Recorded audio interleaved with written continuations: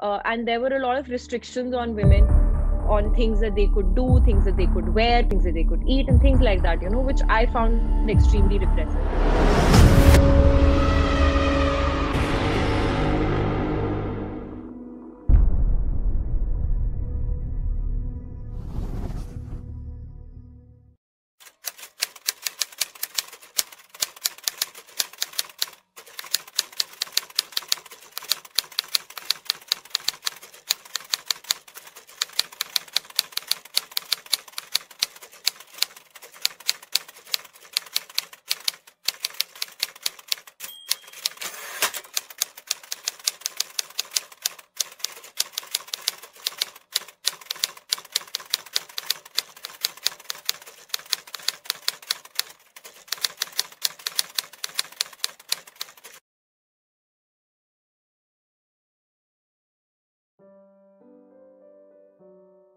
Greetings, ladies and gentlemen. Today it is an honor and a pleasure for me to introduce you all to this very particular session where we are going to know more about the challenges women face in leadership position.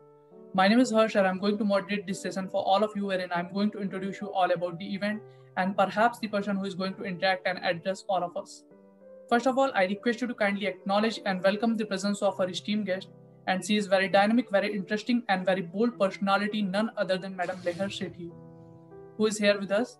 I would like to request all the persons, those who are watching this session on YouTube, to kindly upload in the comment section and welcome the presence of our guest. Madam Leher Sethi currently holds the position of director in her own event conceptualization company called Something Creative. As a social activist, she is associated with various NGOs and is a secretary to Indian Council for Human Relations and Indian Council for UN Relations. She was identified as one of the 20 women as a leader of tomorrow by the New York Times as it brought the women in the World Summit to India for the first time in 2015. And I believe her profile has so many things, so many glories, which I won't be able to explain in next few minutes. But I'm pretty sure during this conversation, going to learn a lot from her. So first of all, ma'am, I welcome you to in this session. Thank you so much for joining and agreeing to share your thoughts. We are extremely very happy to have you. Thank you so much, Harsh, for having me. It's a pleasure to be here. Thank you so much, ma'am. It's our pleasure too. So moving to the topic of today's session, which we have chosen is the leadership challenges women in management. Ma'am, my first question to you is, in your experience, does being a woman in your profession come with extra mental challenges that you have to overcome? For instance, doubting your self-own ability. So I think doubting oneself in terms of ability is something that's not particularly limited to women only. Any entrepreneur, when they start out, I'm sure that there are certain doubts that they have. As a woman in particular, I feel that, our society and in general, we expect a lot of things from women. Like, for example, one of the things that I mention a lot of times is that both men and women work, but and they probably work the same hours, but the woman is always the one who's expected to take care of the children in the house, and the woman is always the one to be expected to cook the food in the house. And there are things like that. Of course, if you're living alone, then I think a lot of women do put their foot down, and then they probably get help from outside. You can hire a cook, you can have household help, but still, in spite of all of that, what I have seen is that there are very few such progressive families or husbands. Mostly women are still expected to take care of their jobs and their profession, as well as take care of all the household chores. So women in general have a lot more pressure on them as compared to men. All right, ma'am. I think you have very beautifully explained, and I think the women contribution is very much towards our Indian economy because they contribute in their home as well, and as well as they work in many different organizations, and they means give a lot of efforts. Ma'am, my next question to you is, what is the greatest transformation in social values or tradition you have witnessed in your life? Transformation in social values. Okay, so I'm an army kid, and I grew up in an environment where we were given regular lectures and talks by my father on integrity, honesty, the value of loyalty, patriotism. And what I feel is that these are values that are very fast getting out of our systems. Like children these days don't read about these things. They grow up, as they're growing older, their priorities are very, very different. So we were literally like instilled with these values, maybe because being in the army, my father was very particular that he talks to us about these things. But this is one thing that I'm very worried about. I have a 5-year-old, and I'm not so concerned about his academics or his studies, or what he's going to go on to become later on in life in terms of what he's going to do professionally. But what I'm really worried about is that, is he going to become a good person? Because the environment has become such that I don't feel comfortable.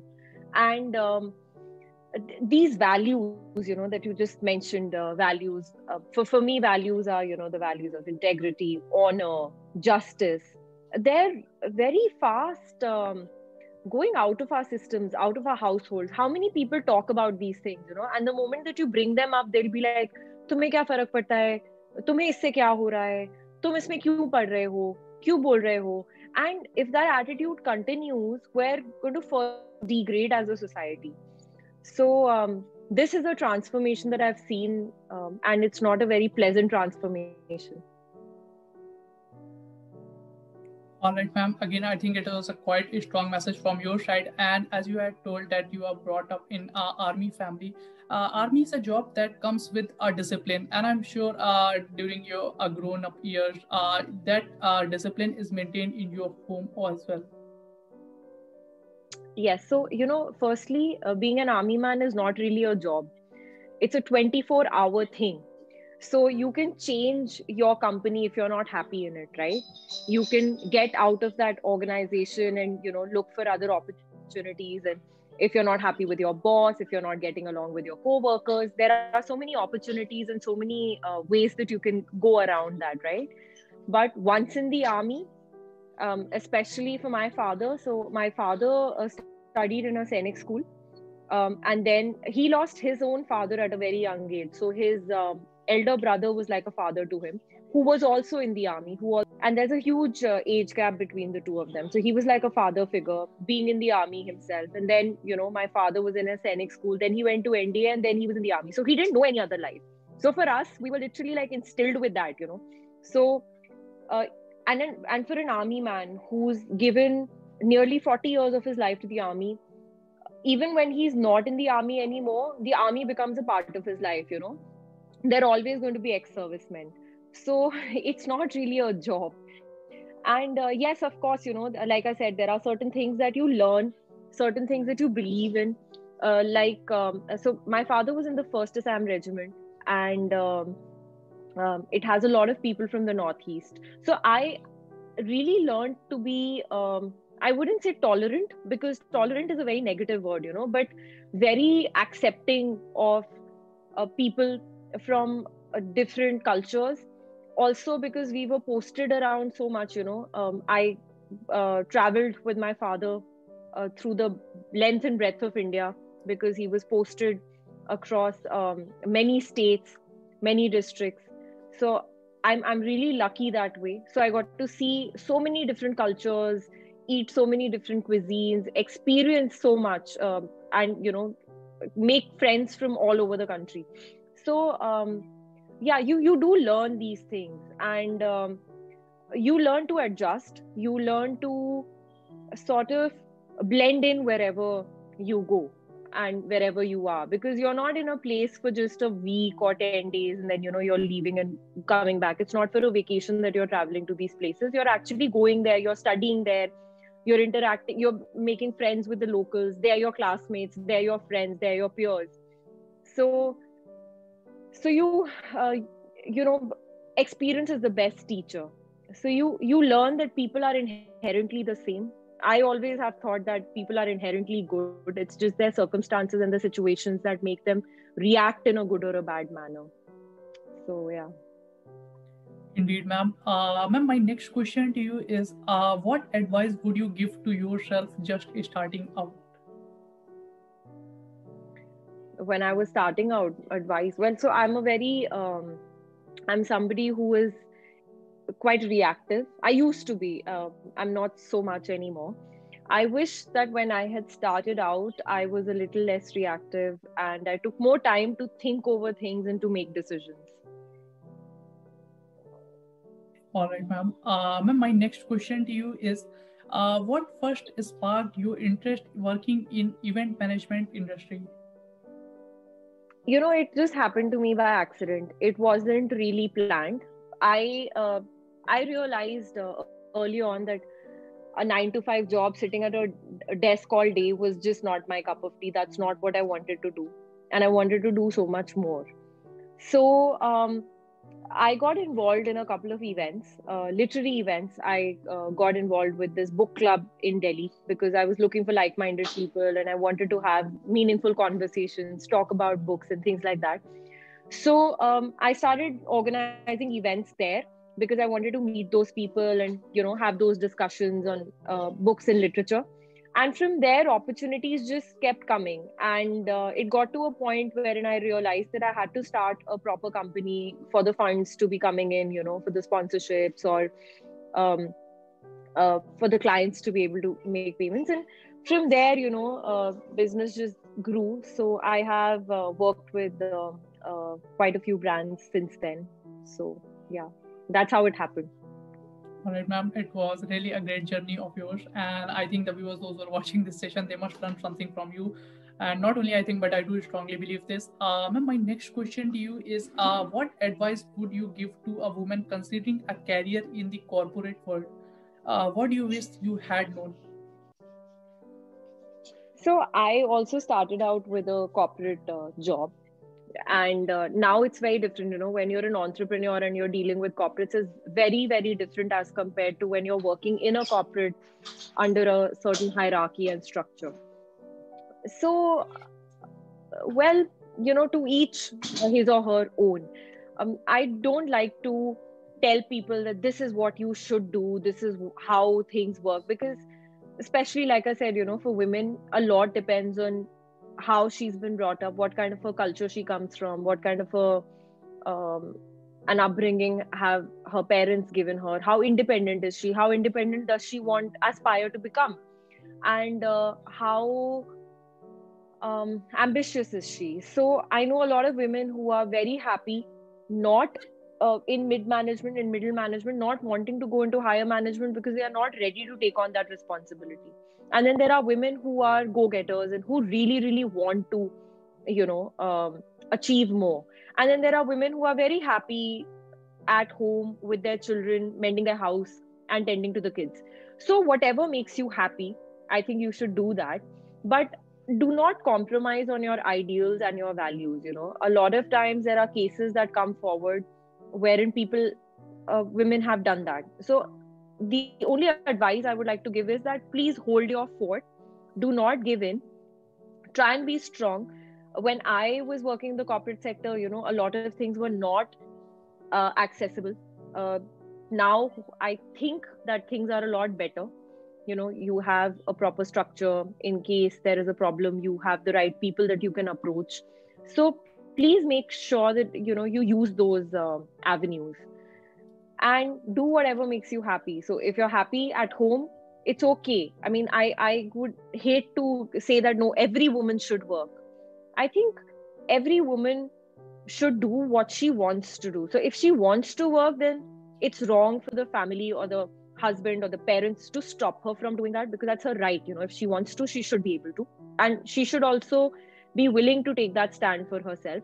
But if she doesn't want to, I think we shouldn't force her to work or to, go out if she's happy in her home. So everybody is different. All right, ma'am. I think again it was a quite insightful answer from your side. And ma'am, my next question to you is that as you have already gained experience in corporate world and then into this entrepreneurship journey, ma'am, what do you think? What are the challenges that every female leader still face?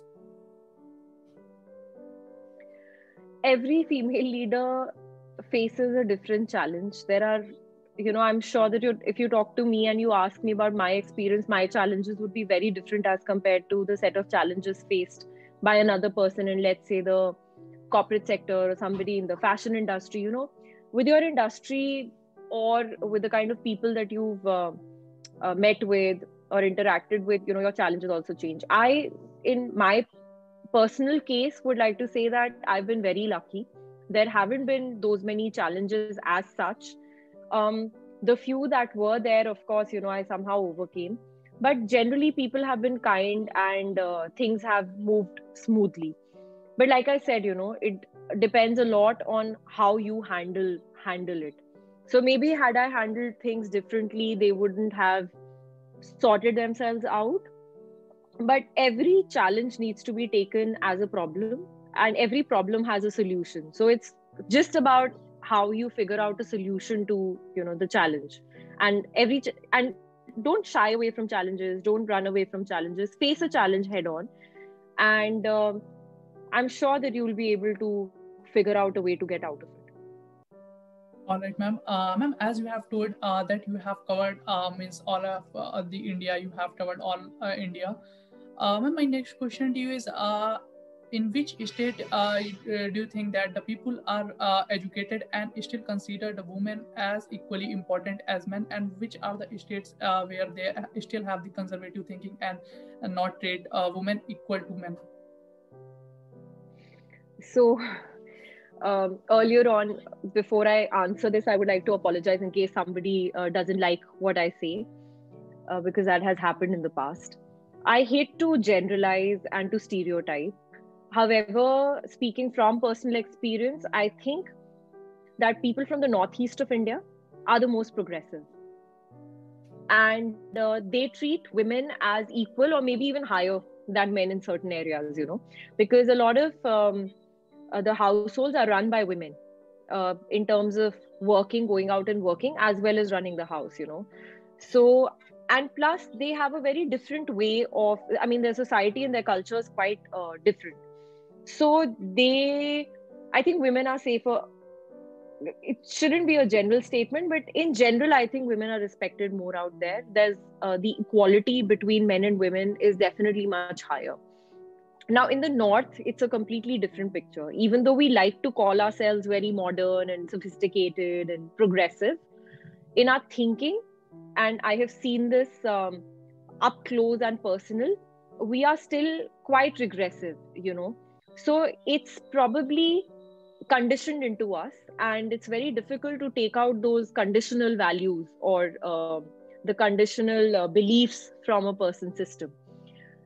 So I did my college from Haryana. I was in Haryana for a while, and inside an army base camp or a military station or a cantonment, life is very different as compared to outside. So I would say that my experience of having been in Haryana and studying there has probably made me realize, at least in my own personal opinion and with my personal experiences, that a lot of them, even though they are educated, even though education in terms of a degree, because this is something that I say a lot about Indians, everybody says कि हम तो सब पढ़े लिखे हैं, American तो पढ़ते नहीं है, ये लोग नहीं पढ़ते, वो लोग नहीं पढ़ते, बट हम लोग पढ़ते हैं, लेकिन हम एक डिग्री के लिए पढ़ते हैं, हमारे पास डिग्री होनी चाहिए, बस तो आप पढ़े लिखे हो.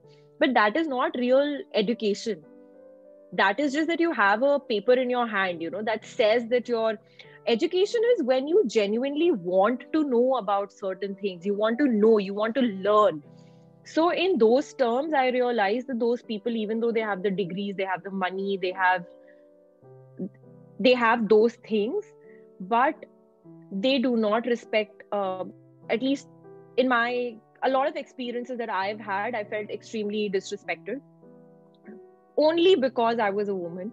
They thought there were certain things that I couldn't do, that I shouldn't do, and there were a lot of restrictions on women, on things that they could do, things that they could wear, things that they could eat, and things like that, which I found extremely regressive.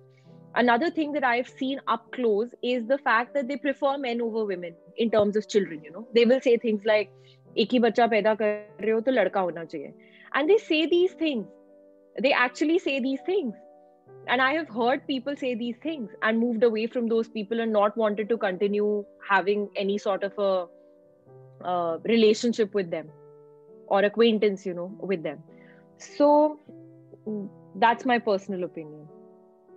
All right, ma'am. Again, you have to thank you so much for sharing these things with us.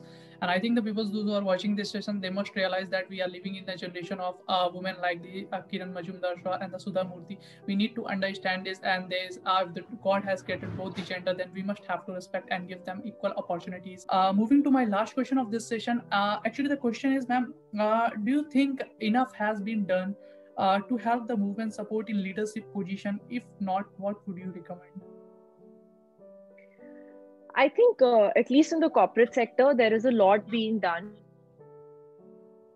There are a lot that have been made and a lot of laws also in order to help women. And I think definitely over the last decade, so much has been done to make sure that women get equal opportunity. But that is once a woman has made it past the education phase and once she has made it past the initial phase, of getting to that corporate ladder. But before that is what we need to work on, right? Women will get there if they are born. So the female infanticide rate in our country, I'm sure you know this, right?